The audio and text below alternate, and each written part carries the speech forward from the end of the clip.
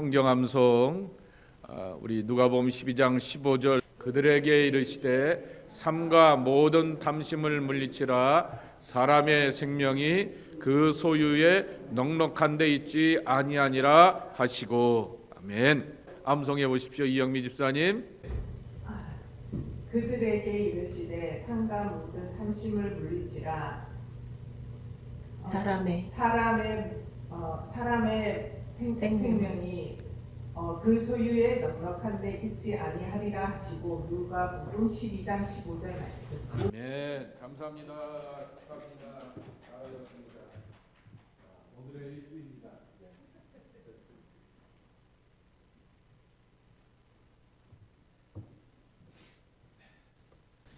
다음 주가 끝나는데요. 그래도 4개가 더 있더라고요. 많이 사놓으셨더라고요. 그래서 다음 주에는 창고 대광출, 그래서 이렇게 예, 또 암송하시는 분들한테 이렇게 더 많이 드리도록 하겠습니다. 그리고 모범생들한테도 드리고 이렇게 막 대방출을 하도록 하겠습니다. 3번, 4번, 5번 한번 보겠습니다. 3번, 4번, 5번. 자, 사탄이 쉽게 공격해 들어오는 나의 취약지는 어디입니까? 어떻게 해야 사탄의 공격을 막아낼 수 있습니까? 예수님께서 광야에서 시험을 받으셨지요. 얼마 동안 금식한 후에 40일. 그리고 나서 제일 먼저 공격하는 게 뭡니까? 먹는 것 갖고 이렇게 공격하게 되었죠. 배고프고 굶주리게 되었던 육체를 입었던 예수님도 이렇게 공격을 받게 되는 것처럼 내 취약지는 어디일 것 같습니까? 어떤 사람은 돈의 문제일 수도 있고요. 어떤 사람은 명예의 문제일 수도 있고요. 어떤 사람은 자기의 자존심의 문제, 교회가 이렇게 사람들이 이렇게 말할 수도 있게 되고요. 때가 이렇게 쉽게 무너지게 되는 것들이 있게 되는 것을 보입니다. 젊은 아이들을 보게 되면은 게임이나 그러한 엔터테인에 이렇게 무너지게 되면서 자기가 해야 될 것들을 하지 못하는 그러한 경험들을 하게 되는 거죠. 여러분의 취약지는 어디인 것 같습니까? 여러분 스스로가 아시죠? 예, 그거를 알아야 방비가 되는 거죠. 알아야 인정을 하게 되어야지 준비를 하게 되는 거죠. 나의 약한 모습들을 늘 인정하고 그것에 늘 예수님의 은혜가 임하길 원하고 예수의 이름으로 물리칠 줄 아는 우리가 되어야 하겠다는 것입니다. 혹시 쉐어할 수 있으세요? 나의 약한 부분에 대하여서? 말? 예. 예? 예, 말로서 이렇게 누군가를 이렇게 하시는 거에 대하여서 그렇다라고 본인이 이렇게 말씀하시게 됩니다. 4번입니다. 사탄은 십자가의 길 대신에 빨리 영광에 이르는 지름길을 택하라고 유혹하게 됩니다. 예수님도 그러한 유혹을 받게 됩니다. 나는 그런 유혹을 받은 적이 있습니까? 그리고 아니면 그 일에 대하여서 어떻게 대응했습니까? 자, 제가 누가복음을 무슨 복음서라 말씀해 드렸어요? 길 위의 복음서 그랬습니다. 자, 길 위를 모든 사람들이 걷게 됩니다. 여러분 비포장길 걷고 싶죠? 막 울퉁불퉁하면서 저 진탕길 걷고 싶죠? 아니죠. 모든 사람들이 아스팔트 길 걷기를 쉽게 되고 넓은 길 걷기를 원하고 길 옆에 또 이렇게 찻길도 있고 인도길도 있고 인도길에는 가드레일도 쳐져 있어 갖고는 그렇게 안전한 길로 가고 싶고 빠른 길로 가고 싶은 것이 모든 사람들의 모습이라고 하는 것입니다. 그런데 예수님께서는 갈릴리에서 예루살렘까지 그리고 예루살렘에서 사마리아와 땅끝까지 이 하나님의 백성들이 길을 걸어가게 되는데 유혹을 만난다 말하게 됩니다.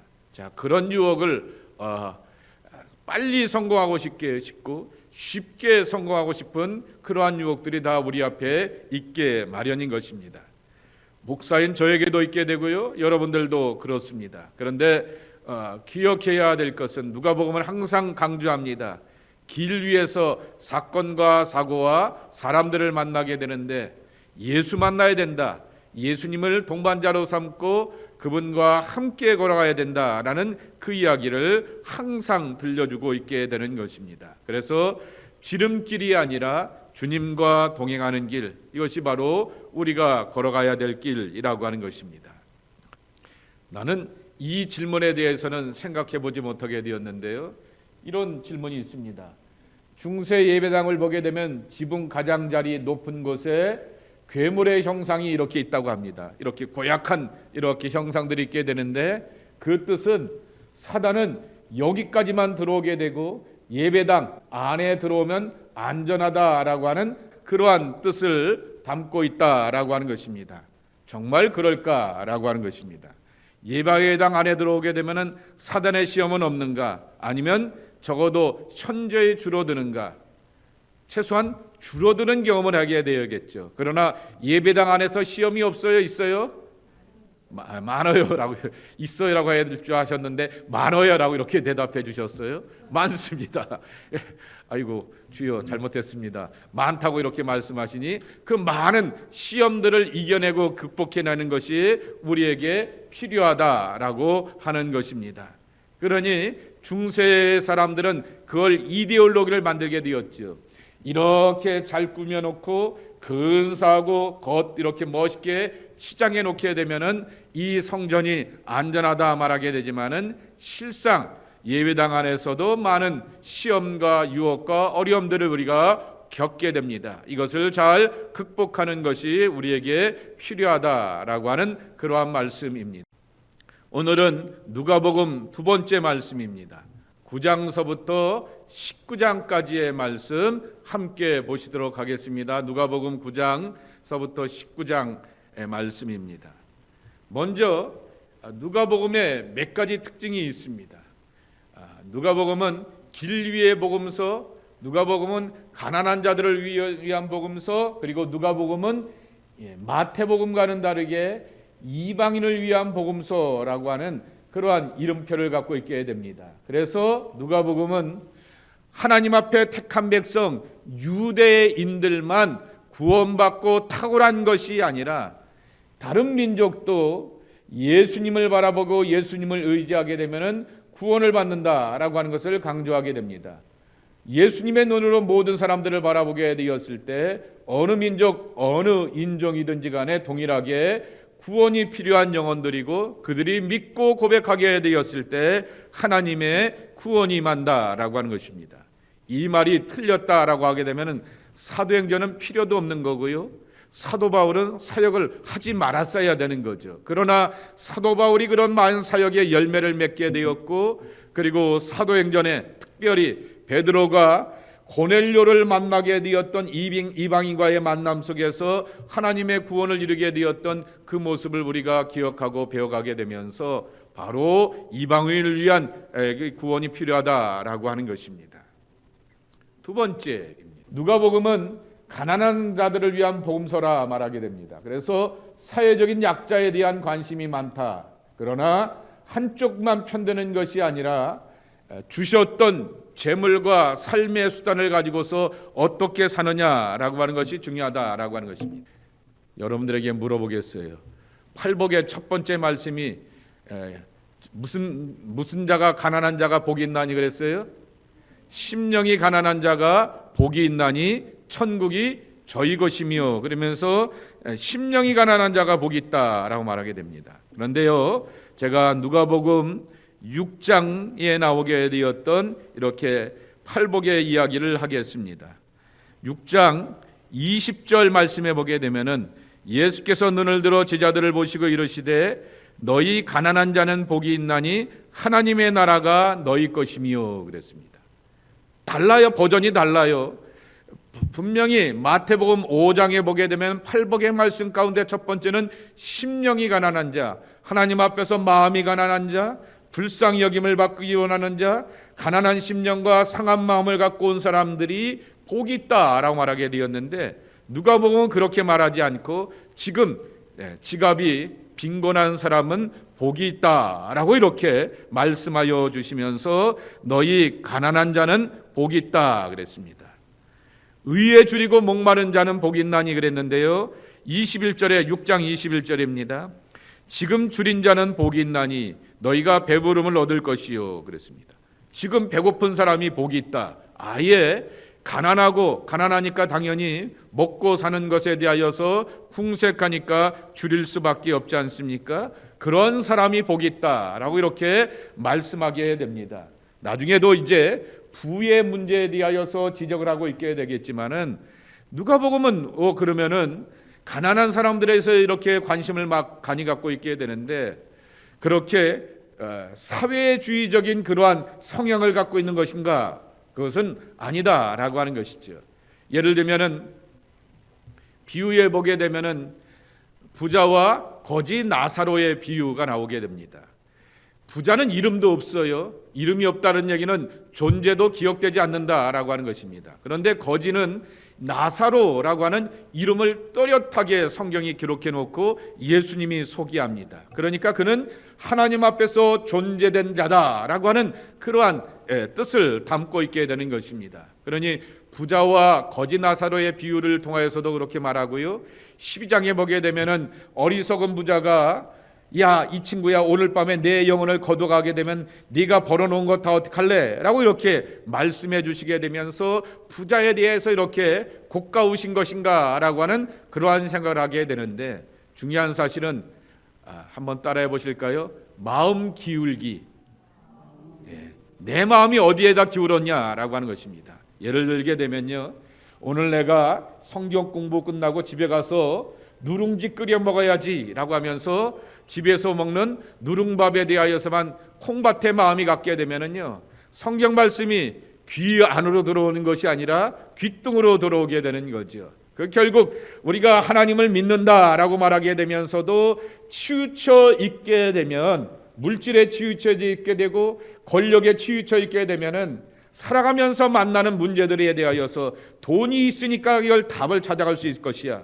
내게는 돈으로 권력도 살 수 있으니까 이 답을 찾아갈 수 있을 것이야 라고 하는 그 마음 기울기를 하나님이 기뻐하지 않는다라고 하는 거죠. 어떠한 상황 가운데서도 문제와 고민 앞에서 하나님 앞에 찾아가고 갈급한 마음, 상한 마음으로 나가는 것을 하나님이 기뻐하신다라고 하는 것인데 그것을 부의 문제로 상징적으로 표현해 주고 있다라고 하는 것입니다. 자, 그러면 이제 다시금 1번입니다. 누가복음은 모든 믿음의 백성들이 민족적인 편견을 제거하라라고 하는 것입니다. 길 위의 복음서인 누가복음은 9장 51절 말씀에 보게 되면은 예수님의 사역이 어디서부터 이루어졌어요? 예루살렘 북쪽에 있는 갈릴리입니다. 갈릴리에서 시작하여서 남쪽 예루살렘으로 이동하는 장면들을 쭉 소개하고 있게 되고요. 그곳의 중간에 지나가는 장면이 하나 있게 되는데 사마리아입니다. 다시 한번 9장 51절 한번 읽어보겠습니다. 예루살렘을 향하여 올라가기로 굳게 결심하시고 그랬습니다. 그렇게 예루살렘으로 올라가기를 작정하셨다라고 하는 거죠. 예수님이 예루살렘에 뭐 하러 가셨어요? 유월절 지키려고요? 아니죠. 유월절에 제물이 되기 위하여서 온 세상 사람들의 죄를 구속하시는 하나님의 구속의 어린 양으로서 자신을 드리기 위하여서 예루살렘의 길에 환영받지 않는 길임에도 불구하고 굳게 결심하시고 예루살렘을 향하여서 올라가시게 되었다라고 하는 것입니다. 근데 거기에서 어디를 지나가냐라고 말하게 되면은 사마리아입니다. 사마리아라고 하는 것은 요새 새벽 예배 때 예루살렘 성전을 다시 재건하는데 회방한 사람들이 어느 나라 사람들이라고요? 사마리아 사람들입니다. 그렇게 오랜 앙금을 갖고 있게 되었던 사마리아 사람들이 머물고 있게 되었던 사마리아 지역을 지나가게 되었던 것입니다. 근데 거기에서 사마리아 사람들이 예를 들면 수가성 여인처럼 아니면 이렇게 나병 걸렸다가 고침받게 되었던 그 나병 환자처럼 아이고 예수님 내게 오셔서 좋습니다, 감사합니다, 환영합니다 라고 하는 것이 아니라 주이시 주중에 왜 여기로 오는 거야? 라고 하게 되면서 유대인이 이 동네를 지나가는 것에 대하여서 아주 냉대를 하게 되었던 거죠. 9장 54절 말씀을 한번 보겠습니다. 저들을 멸하라 하기를 원하시나이까 그랬습니다. 여기 보게 되면은 이렇게 말하게 되는 것입니다. 야고보와 요한이 다른 복음서에는 요한이 이렇게 주동하였다 말하게 되죠. 우리가 불을 내리셔서 하늘로부터 내려 저들을 멸하기를 하시기를 원하시나이까. 마치 자기들이 할 수 있는 것처럼 우리가 말하죠. 근데 다른 복음서에 보게 되면 요한이 예수님께 뭐라고 요청합니까? 주께서 불과 이렇게 우레를 내리셔서 저들을 멸망시키십시오라고 이렇게 말하게 되죠. 그래서 얻게 되었던 요한의 별명이 뭐죠? 우레의 아들, 천둥과 벼락의 아들, 굉장히 과격하고 거칠은 사람이 바로 젊은 어린 요한이었다라고 하는 것을 알게 되죠. 그런데 그런 요한이 요한 1, 2, 3서에 보게 되면은 사랑을 말하게 되었던 사랑의 사도가 되었던 것을 보게 되며 사람을 변화시켜가는 힘, 그것이 바로 예수님께 있다라고 하는 것을 가르쳐주게 되는 것입니다. 이처럼 사마리아 사람들이 굉장히 냉담하게 되었고 제자들도 기분 나쁘니까 천둥과 벼락을 내리셔서 저놈들 다 이렇게 심판해 주십시오. 저놈들 한번 세게 뭐 이렇게 해 주십시오라고 하면서 그렇게 말하게 되었지만은 그러한 사마리아 사람들이 행하는 선함도 함께 소개하게 되면서 편견이 신앙의 암초가 될 수 있음을 가르친다입니다. 선한 사마리아인의 비유, 10명의 나병 환자에 대한 감사의 고백을 드리게 되었던 이야기를 통하여서 우리가 누가복음 17장 16절입니다. 시작. 예수의 발 아래 엎드려 감사하니 그는 사마리아 사람이라. 제사장도 못하고 레위인도 하지 못하게 되었던 것을 사마리아 사람이 하게 되었고요. 그리고 또한 주님 앞에 진정으로 감사하게 되었던 사람도 사마리아 사람이었다라고 하는 사실이라고 하는 거죠. 그러면서 편견을 갖지 말라라고 하는 것입니다.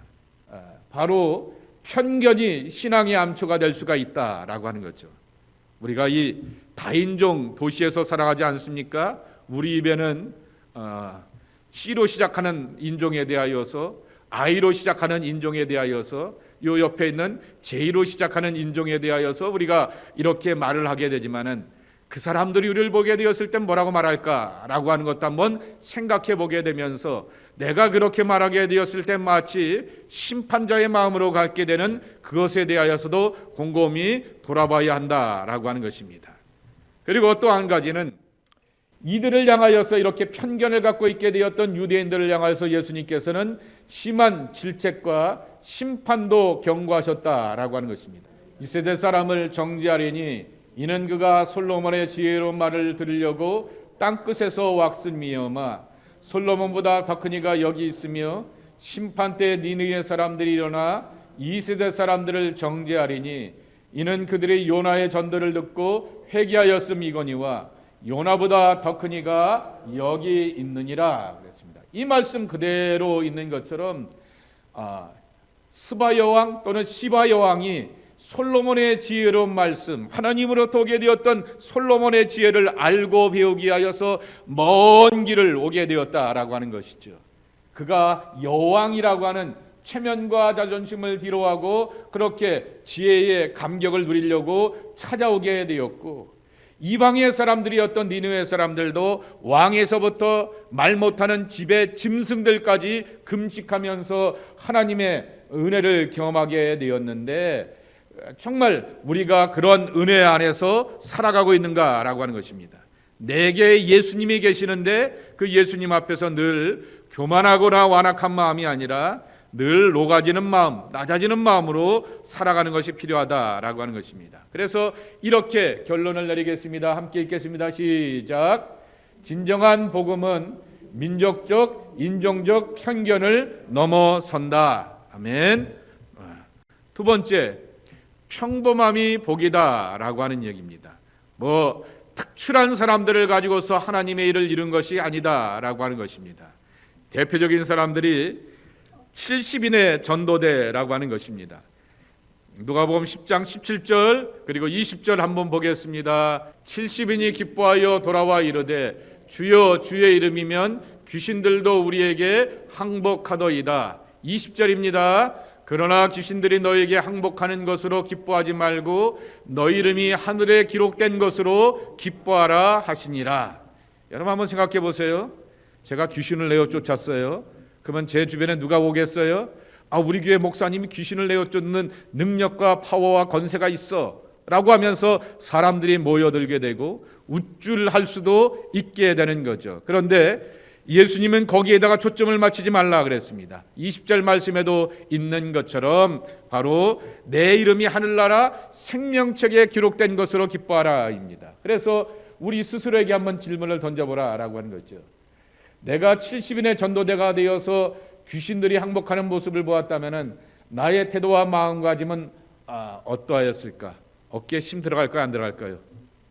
네, 들어가죠. 목소리에 굵어져요? 안 굵어져요? 굵어지고 조금 이렇게 하면서 이렇게 겁도 주겠죠. 그럴 수 있는 그러한 것이길 텐데 가장 기뻐할 것은 내 이름이 하늘나라 생명책에 기록된 것, 내가 예수 믿고 구원받은 것이 가장 큰 복이다라고 하는 그러한 마음가짐을 가지고 살라라고 하는 것입니다. 두 번째입니다. 당신은 참으로 복이 많은 사람입니다 라고 하는 것에 대한 나의 반응인 것입니다. 복 있다라고 말하게 되었을 때 그 사람 복 있어 말하게 되면 무슨 복이에요?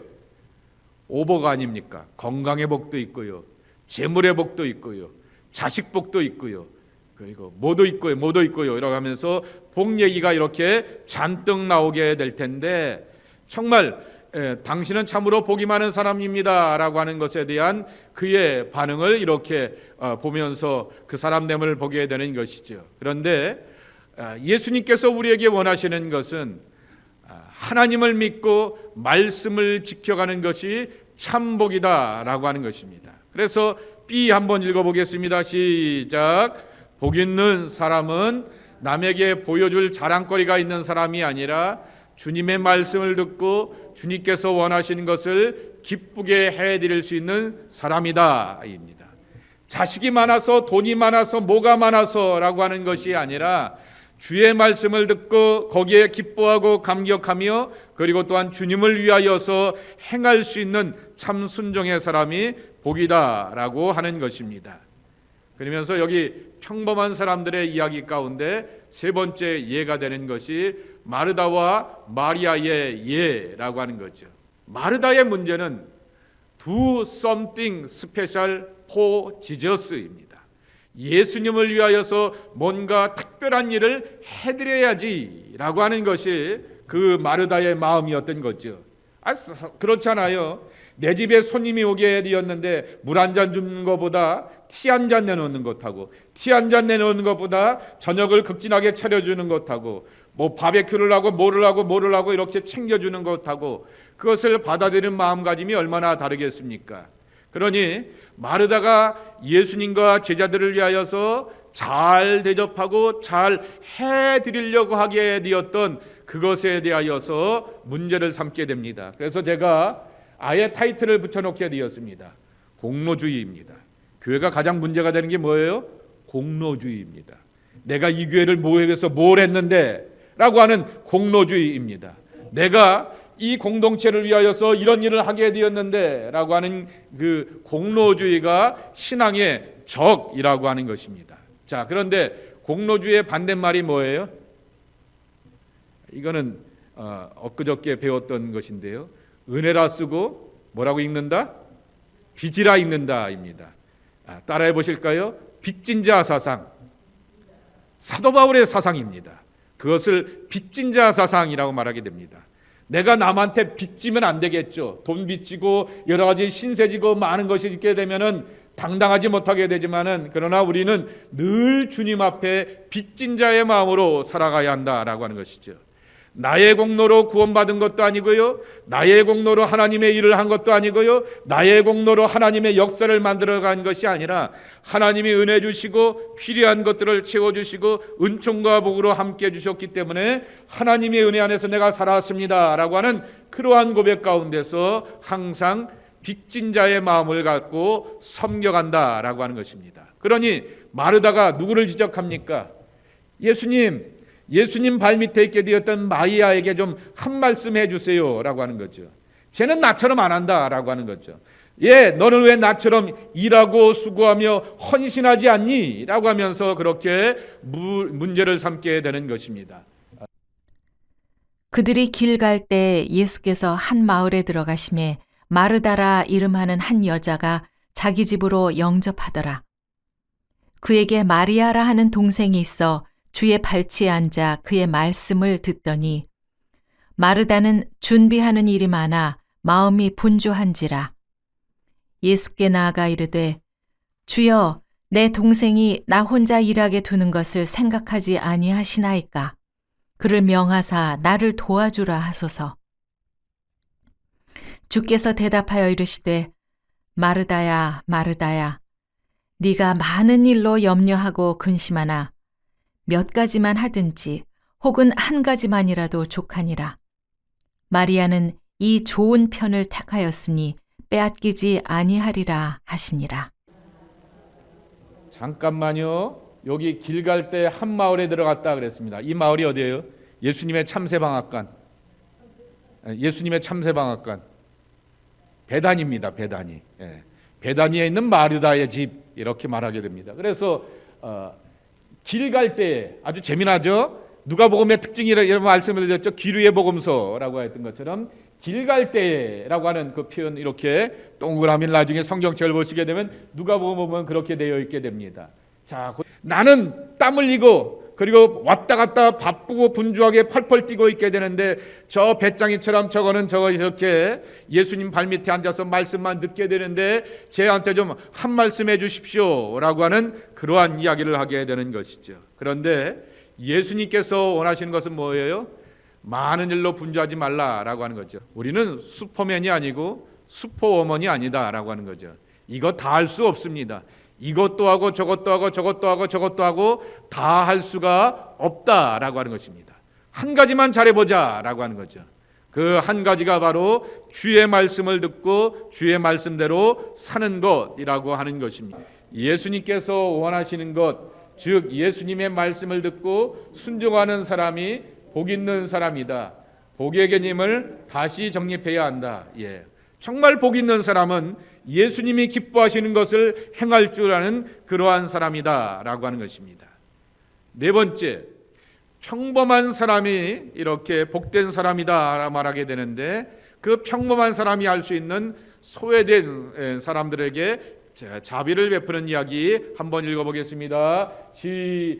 누가복음 14장 12절서부터 14절입니다.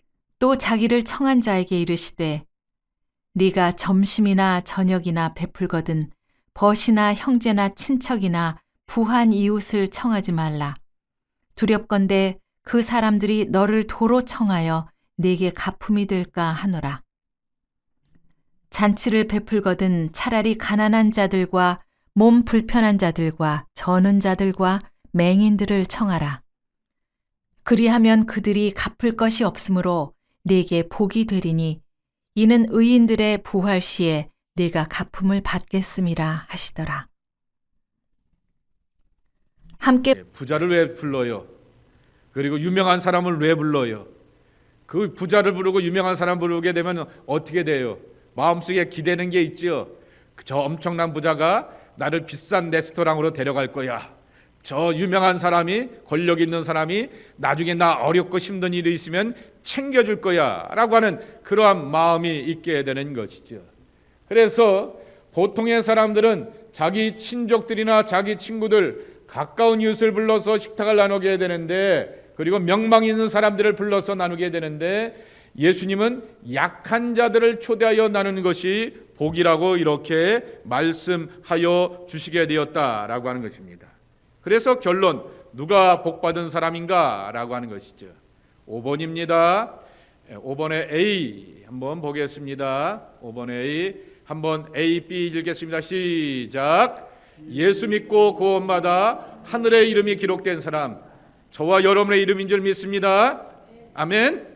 우리의 이름이 그렇게 기록되어서 이것이 복이죠. 두 번째입니다. 시작.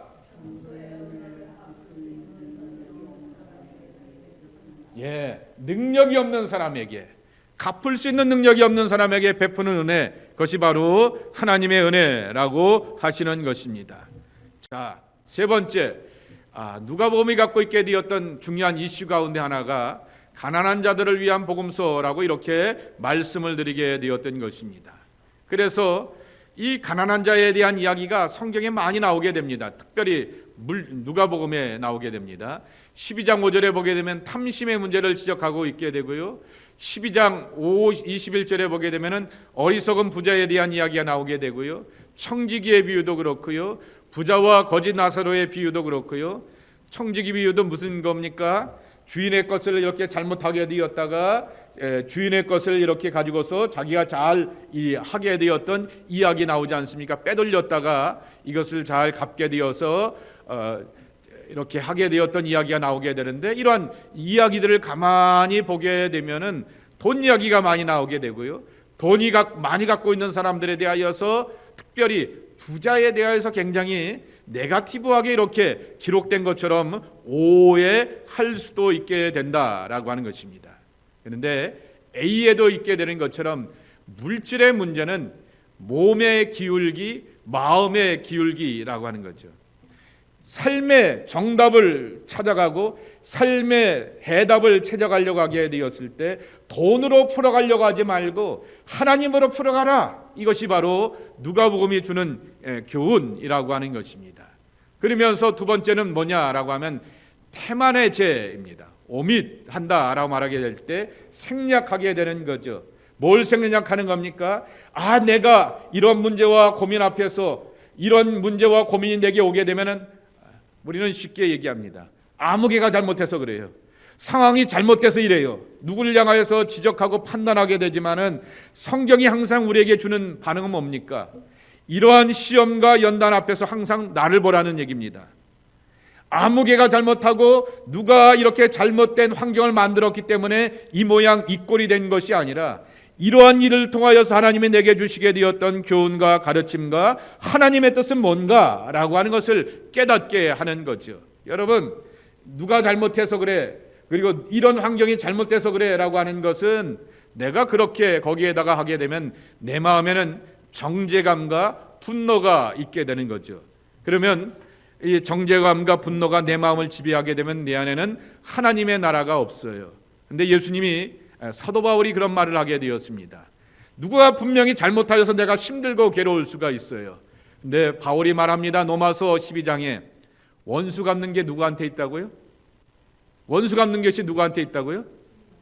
내게 있느니라. 그러면서 하나님께 있다라고 말씀하십니다. 분명히 누구 때문에 내가 힘들고 괴롭게 되지만은, 그래서 나는 저놈이 원수예요 라고 이렇게 말하게 되는데, 그러지 말라라고 하는 거죠. 그거는 내가 알아서 교통정리할게 라고 하는 거죠.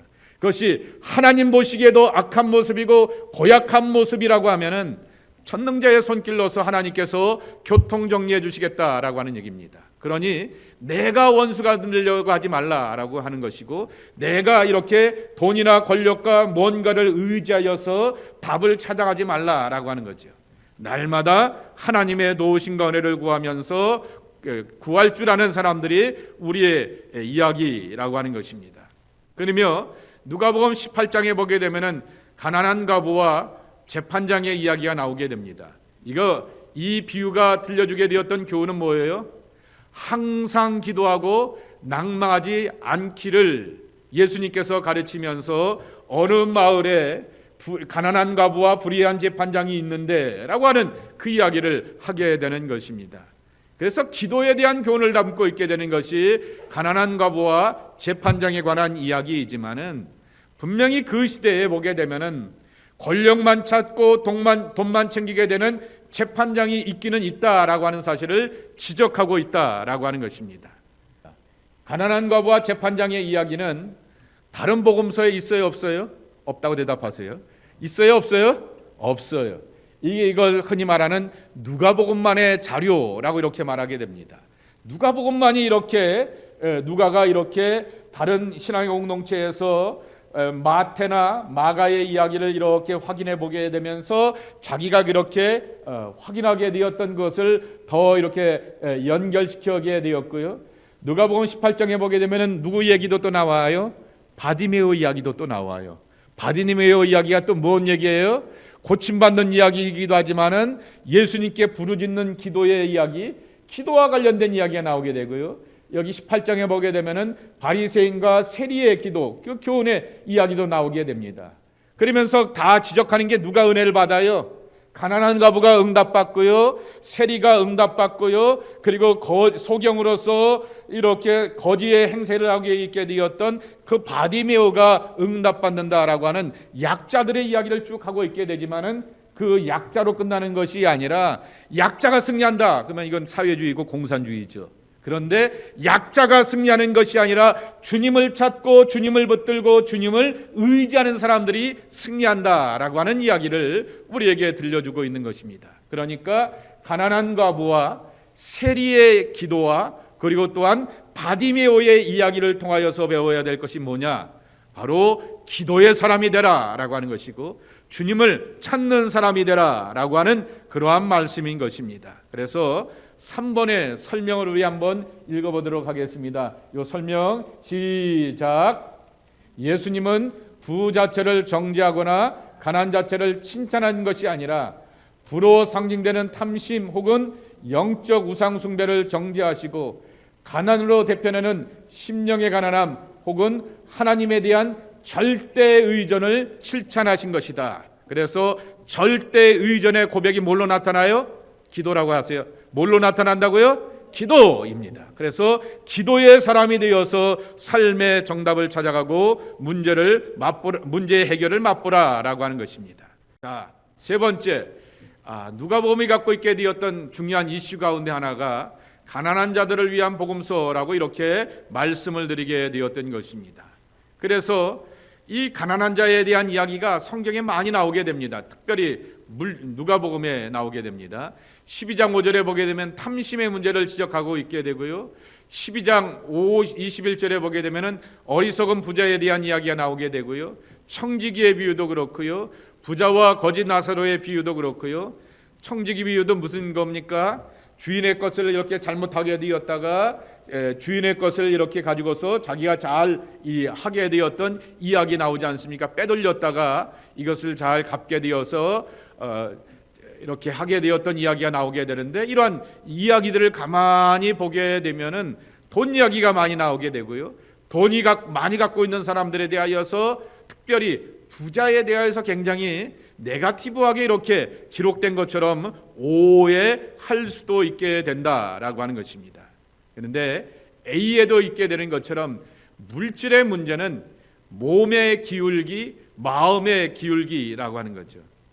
삶의 정답을 찾아가고 삶의 해답을 찾아가려고 하게 되었을 때 돈으로 풀어가려고 하지 말고 하나님으로 풀어가라. 이것이 바로 누가복음이 주는 교훈이라고 하는 것입니다. 그러면서 두 번째는 뭐냐라고 하면 태만의 죄입니다. 오밋한다라고 말하게 될 때 생략하게 되는 거죠. 뭘 생략하는 겁니까? 내가 이런 문제와 고민 앞에서 이런 문제와 고민이 내게 오게 되면은 우리는 쉽게 얘기합니다. 아무개가 잘못해서 그래요. 상황이 잘못돼서 이래요. 누구를 향하여서 지적하고 판단하게 되지만은 성경이 항상 우리에게 주는 반응은 뭡니까? 이러한 시험과 연단 앞에서 항상 나를 보라는 얘기입니다. 아무개가 잘못하고 누가 이렇게 잘못된 환경을 만들었기 때문에 이 모양 이 꼴이 된 것이 아니라 이러한 일을 통하여서 하나님이 내게 주시게 되었던 교훈과 가르침과 하나님의 뜻은 뭔가라고 하는 것을 깨닫게 하는 거죠. 여러분, 누가 잘못해서 그래, 그리고 이런 환경이 잘못돼서 그래 라고 하는 것은 내가 그렇게 거기에다가 하게 되면 내 마음에는 정죄감과 분노가 있게 되는 거죠. 그러면 이 정죄감과 분노가 내 마음을 지배하게 되면 내 안에는 하나님의 나라가 없어요. 근데 예수님이, 사도 바울이 그런 말을 하게 되었습니다. 누가 분명히 잘못하여서 내가 힘들고 괴로울 수가 있어요. 근데 바울이 말합니다. 로마서 12장에 원수 갚는 게 누구한테 있다고요? 원수 갚는 것이 누구한테 있다고요? 내게 있느니라. 그러면서 하나님께 있다라고 말씀하십니다. 분명히 누구 때문에 내가 힘들고 괴롭게 되지만은 그래서 나는 저놈이 원수예요 라고 이렇게 말하게 되는데 그러지 말라라고 하는 거죠. 그거는 내가 알아서 교통정리할게 라고 하는 거죠. 그것이 하나님 보시기에도 악한 모습이고 고약한 모습이라고 하면은 전능자의 손길로서 하나님께서 교통정리해 주시겠다라고 하는 얘기입니다. 그러니 내가 원수가 되려고 하지 말라라고 하는 것이고, 내가 이렇게 돈이나 권력과 뭔가를 의지하여서 답을 찾아가지 말라라고 하는 거죠. 날마다 하나님의 도우심과 은혜를 구하면서 구할 줄 아는 사람들이 우리의 이야기라고 하는 것입니다. 그러며 누가복음 18장에 보게 되면은 가난한 과부와 재판장의 이야기가 나오게 됩니다. 이 비유가 들려주게 되었던 교훈은 뭐예요? 항상 기도하고 낙망하지 않기를 예수님께서 가르치면서 어느 마을에 가난한 과부와 불의한 재판장이 있는데 라고 하는 그 이야기를 하게 되는 것입니다. 그래서 기도에 대한 교훈을 담고 있게 되는 것이 가난한 과부와 재판장에 관한 이야기이지만은 분명히 그 시대에 보게 되면은 권력만 찾고 돈만 챙기게 되는 재판장이 있기는 있다라고 하는 사실을 지적하고 있다라고 하는 것입니다. 가난한 과부와 재판장의 이야기는 다른 복음서에 있어요, 없어요? 없다고 대답하세요. 있어요, 없어요? 없어요. 이걸 흔히 말하는 누가복음만의 자료라고 이렇게 말하게 됩니다. 누가복음만이 이렇게 누가가 이렇게 다른 신앙의 공동체에서 마태나 마가의 이야기를 이렇게 확인해 보게 되면서 자기가 그렇게 확인하게 되었던 것을 더 이렇게 연결시켜게 되었고요. 누가복음 18장에 보게 되면은 누구 얘기도 또 나와요? 바디메오 이야기도 또 나와요. 바디메오 이야기가 또 뭔 얘기예요? 고침받는 이야기이기도 하지만은 예수님께 부르짖는 기도의 이야기, 기도와 관련된 이야기가 나오게 되고요. 여기 18장에 보게 되면은 바리새인과 세리의 기도, 그 교훈의 이야기도 나오게 됩니다. 그러면서 다 지적하는 게 누가 은혜를 받아요? 가난한 과부가 응답받고요, 세리가 응답받고요, 그리고 소경으로서 이렇게 거지의 행세를 하게 있게 되었던 그 바디메오가 응답받는다라고 하는 약자들의 이야기를 쭉 하고 있게 되지만은 그 약자로 끝나는 것이 아니라 약자가 승리한다. 그러면 이건 사회주의고 공산주의죠. 그런데 약자가 승리하는 것이 아니라 주님을 찾고 주님을 붙들고 주님을 의지하는 사람들이 승리한다라고 하는 이야기를 우리에게 들려주고 있는 것입니다. 그러니까 가난한 과부와 세리의 기도와 그리고 또한 바디메오의 이야기를 통하여서 배워야 될 것이 뭐냐? 바로 기도의 사람이 되라라고 하는 것이고 주님을 찾는 사람이 되라라고 하는 그러한 말씀인 것입니다. 그래서 3번의 설명을 우리 한번 읽어보도록 하겠습니다. 이 설명 시작.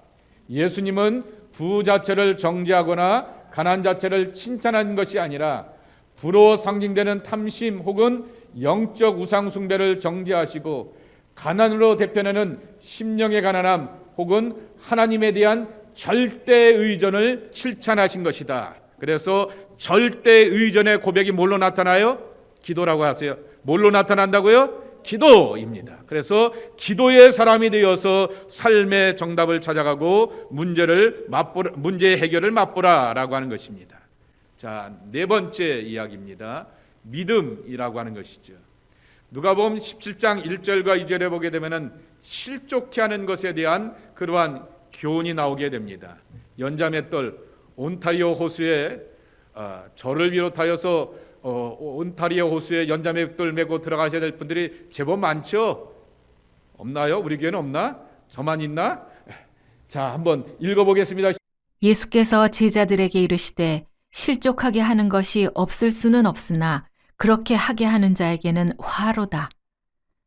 그가 이 작은 자 중에 하나를 실족하게 할진대 차라리 연자맷돌이 그 목에 매여 바다에 던져지는 것이 나으리라.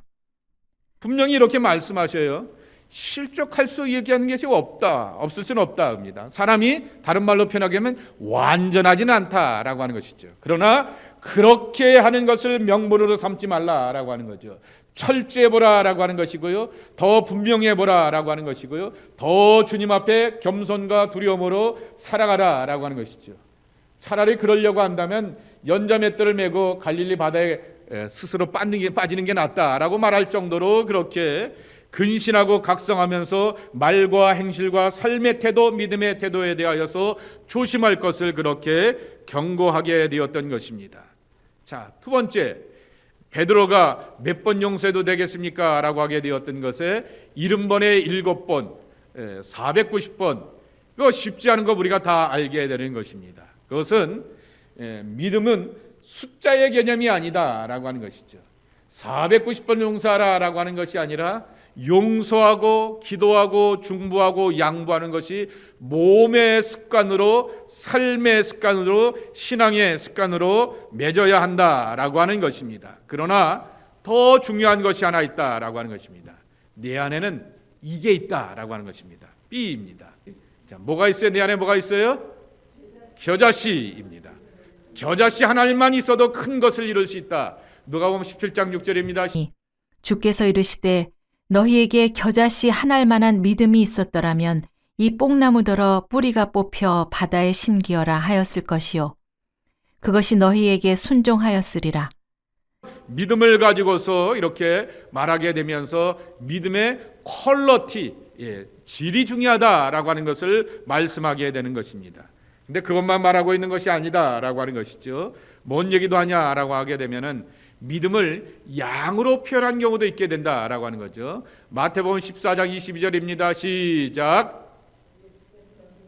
제자들을 재촉하사 자기가 무리를 보낸 동안에 배를 타고 앞서 건너가게 하시고 믿음이 적은 자들아 왜 의심하느냐라고 말하게 되죠. 믿음이 적은 자들아, 작은 자들아 라고 말하게 되면서 믿음이 작다라고 하는 것을 이렇게 풍랑을 만나게 되었던 제자들을 향하여서 질책하기도 하였다라고 하는 것입니다. 그러니 겨자씨 하나를 가지고서도 큰 일을 이룰 수 있다라고 하면서 작은 믿음이라 또 절대적으로 순종하는 일 가운데서 하나님의 구원이 있게 되지만은 또 반대로 큰 믿음으로 함께 나가야 되는 것을 우리에게도 말하게 되는 것이죠. 그래서 이렇게 결론을 맺을 수 있습니다. 함께 읽겠습니다. 시작. 사단은 항상 우리에게 쉬운 길, 넓은 길, 빠른 길로 유혹하고 언제 어디서나 삶의 상태, 영적 상태, 몸의 연약함, 환경의 어려움 따라 시험에 오기에 항상 하나님의 은혜를 구하며 영적으로 깨어 있어야 한다라고 하는 것입니다. 그 깨어있는 모습이 바로 기도의 사람이 되는 것이라고 하는 것입니다.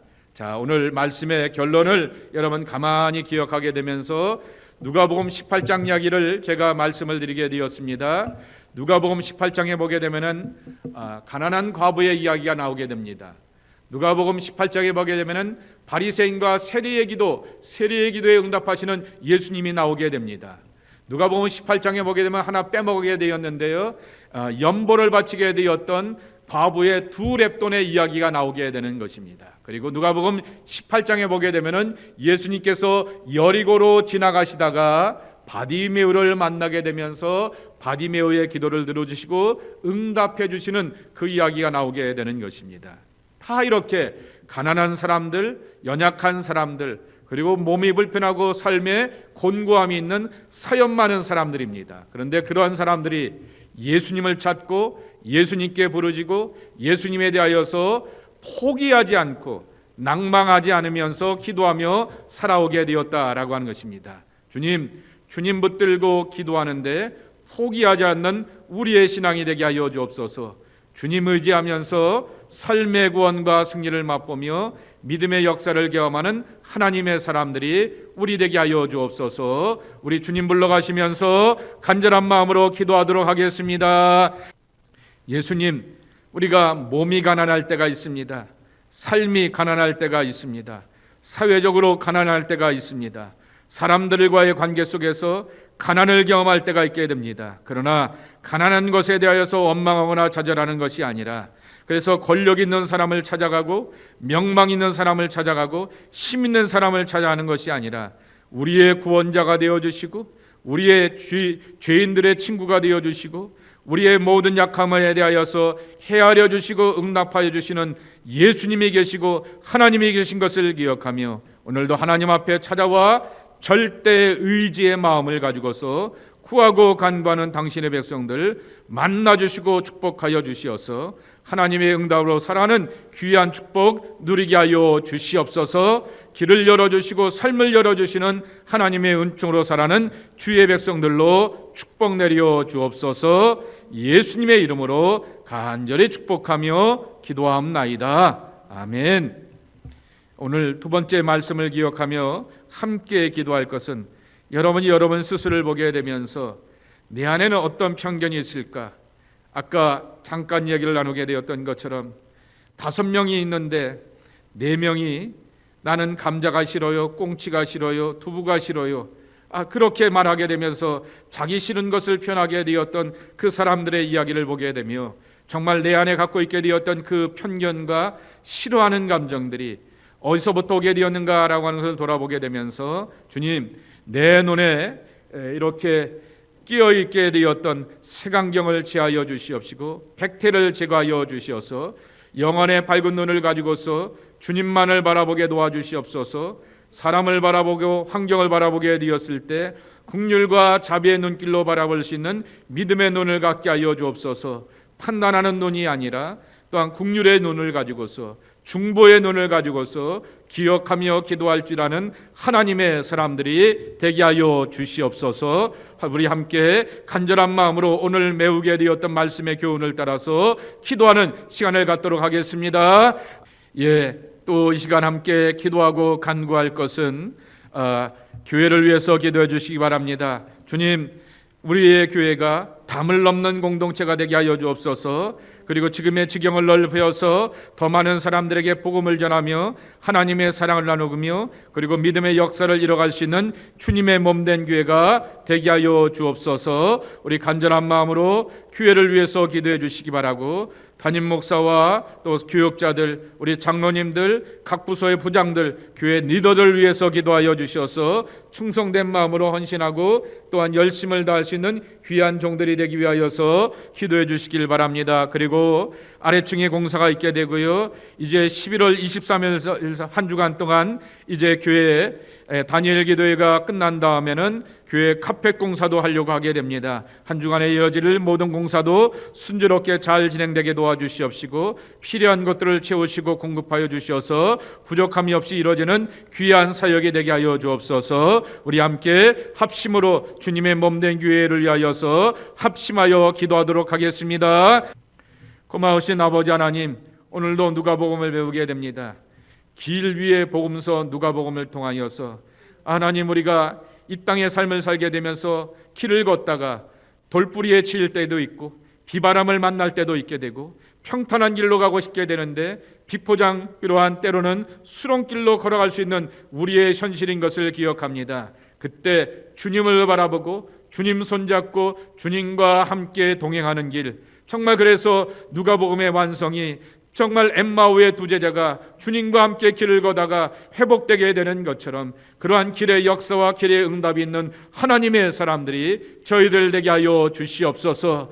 주와 함께 길 가는 것 즐거운 일 아닌가라고 하는 그 찬송의 고백이 나의 고백이 되게 도와주시옵시고 나의 신앙의 가사가 되게 도와주시고 내 신앙의 간증이 되는 아름다운 역사를 체험하게 하여 주시옵소서. 아버지 하나님, 또한 기도하고 간구하는 것은 아버지 하나님, 우리 성도들 가운데 연약한 육체를 갖고 있는 이들이 너무나 많이 있습니다. 암 치료를 받고 있는 이들이 있는 것을 기억하게 됩니다. 원인을 알지 못하면서 아버지 걷지 못하고 아버지 몸에 고통을 갖고 있는 이들이 있는 것을 기억하기도 합니다. 장기의 이식을 기다리고 있는 이들이 있는 것을 기억합니다. 아버지, 나이가 들어서 점점 육신의 쇠약함 가운데서 제대로 걷지 못하는 이들도 있는 것을 기억합니다. 회복이 하나님 고쳐주시옵소서. 걷게 하여 주시옵소서. 아버지 하면서 주님의 성전을 향하여서 달려나올 수 있는 거룩한 발걸음이 되게 도와주시옵시고 오랫동안 예비하지 못한 이들에게 다시금 예비할 수 있는 기쁨과 감격을 맛볼 수 있도록 하나님 축복 내려 주시옵소서. 아버지 하나님, 교회가 계속해서 사역의 아름다운 결실과 열매를 맺어가기를 합니다. 2025년이 저물어가게 됩니다. 주님 앞에 올려드릴 것이 있는 교회가 되기를 합니다. 주님 앞에 구원의 열매를 맺어가고 생명의 사람들이 가득한 아름다운 교회가 되고 믿음의 제단이 되기를 원합니다. 주여 하나님, 이 제단을 복음의 제단이 되게 도와주시옵시고 기도의 제단이 되게 도와주시옵시고 말씀을 전하고 말씀의 열매를 맺고 말씀의 기쁨과 가치와 능력을 함께 체험할 수 있는 은혜로운 제단이 될 수 있도록 축복 내려 주시옵소서. 어둠의 것들은 물러가고 오직 하나님의 빛과 영광만이 가득한 주의 빛된 제단 되게 하여 주시옵소서. 아버지 하나님, 기도하고 간구하는 것, 교회 여러 가지 공사하는 모든 일정 가운데 동행하여 주시고 인도하여 주셔서 순조롭게 잘 진행될 수 있도록 주님 함께 하여 주옵소서. 예수님의 이름으로 축복하며 기도합나이다. 아멘.